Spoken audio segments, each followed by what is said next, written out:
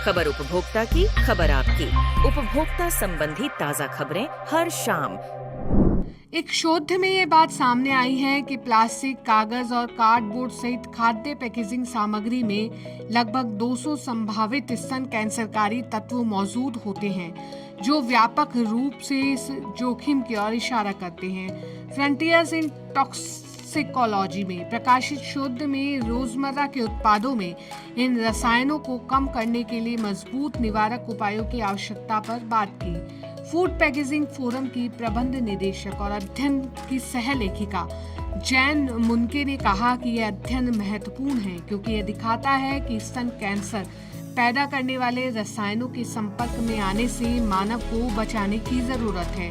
उन्होंने कहा, आपके दैनिक जीवन में खतरनाक रसायनों को कम करके कैंसर की रोकथाम की संभावना का अभी तक पता नहीं लगाया गया है और इस पर अधिक ध्यान देने की आवश्यकता है। स्तन कैंसर दुनिया भर में दूसरा सबसे आम कैंसर है। यह महिलाओं में ज्यादा देखने को मिलता है। विश्व स्वास्थ्य संगठन के अनुसार 2022 में वैश्विक स्तर पर 2.3 मिलियन महिलाओं में स्तन कैंसर का पता लगाया गया और इस दौरान 6,70,000 महिलाओं की मौत हो गई। राष्ट्रीय उपभोक्ता विवाद निवारण आयोग ने तेलंगाना राज्य उपभोक्ता विवाद निवारण आयोग के आदेश को बरकरार रखा है, जिसमें भारतीय स्टेट बैंक को एक ग्राहक को 63.74 लाख रुपए वापस करने के निर्देश दिए गए थे।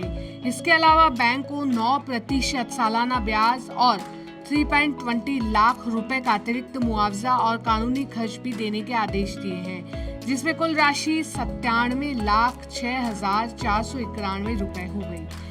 एनसीडीआरसी के आदेश के अनुसार एक बुजुर्ग दंपत्ति ने 9 अगस्त 2017 को एक संयुक्त बचत खाता खोला, जिसमें उन्होंने 40 लाख रुपए की 3 फिक्स डिपॉजिट की। जब वे 4 अप्रैल 2019 को अपनी पासबुक अपडेट कराने गए तो उन्हें पता चला कि उनके खाते में केवल 3 लाख रुपए बचे हैं। एफडी से 40 लाख रुपए सहित कुल 63 लाख रुपए खाते से गायब थे। उन्होंने तुरंत ब्रांच मैनेजर को इसकी सूचना दी और 9 अप्रैल 2019 को पुलिस स्टेशन में एफआईआर दर्ज कराई। आयोग ने कहा कि बैंक द्वारा सही सुरक्षा उपाय न अपनाने से यह धोखाधड़ी हुई और अगर बेहतर सुरक्षा होती तो इसे रोका जा सकता था। आयोग ने इस बात पर जोर दिया कि बैंक की जिम्मेदारी है कि वह बुजुर्ग ग्राहकों की अच्छी तरह से सुरक्षा करे और कमजोर ग्राहकों को सुरक्षित रखने के लिए और भी मजबूत सुरक्षा उपायों को अपनाए। मुंबई के जिला उपभोक्ता विवाद निवारण आयोग ने वोडाफोन आइडिया को मानसिक उत्पीड़न के लिए एक वरिष्ठ नागरिक को 50,000 रुपए का मुआवजा देने का आदेश दिया है। आयोग ने मोबाइल सर्विस प्रोवाइडर को सेवा में कमी के लिए दोषी ठहराया, जिससे उपभोक्ता को असुविधा, मानसिक और आर्थिक नुकसान हुआ।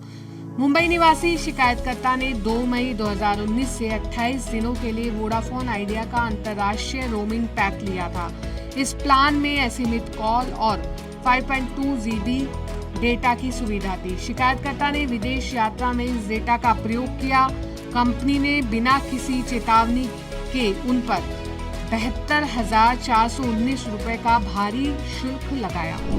दिल्ली राज्य उपभोक्ता विवाद निवारण आयोग ने एतिहाद एयरवेज को स्वीडन के एक महिला यात्री के कैबिन बैग को समय पर न पहुंचाने के कारण सेवा में कमी का दोषी माना है। आयोग ने एयरवेज को यात्री को 50,000 रुपए मुआवजा और 25,000 रुपए मुकदमे की लागत के रूप में भुगतान करने के आदेश दिए हैं। शिकायतकर्ता ने कैबिन बैग में उनका कीमती सामान खो जाने को लेकर एयरवेज के खिलाफ सेवा में कमी और उल्लंघन का आरोप लगाते हुए शिकायत दायर की थी। आयोग ने एयरवेज को 17 नवंबर तक शिकायतकर्ता महिला को ये भुगतान करने के आदेश दिए हैं। साथ ही कहा है कि यदि एयरवेज इस राशि को उक्त तारीख तक देने में विफल रहता है तो उसे फिर 9% ब्याज के साथ शिकायतकर्ता महिला को भुगतान करना होगा।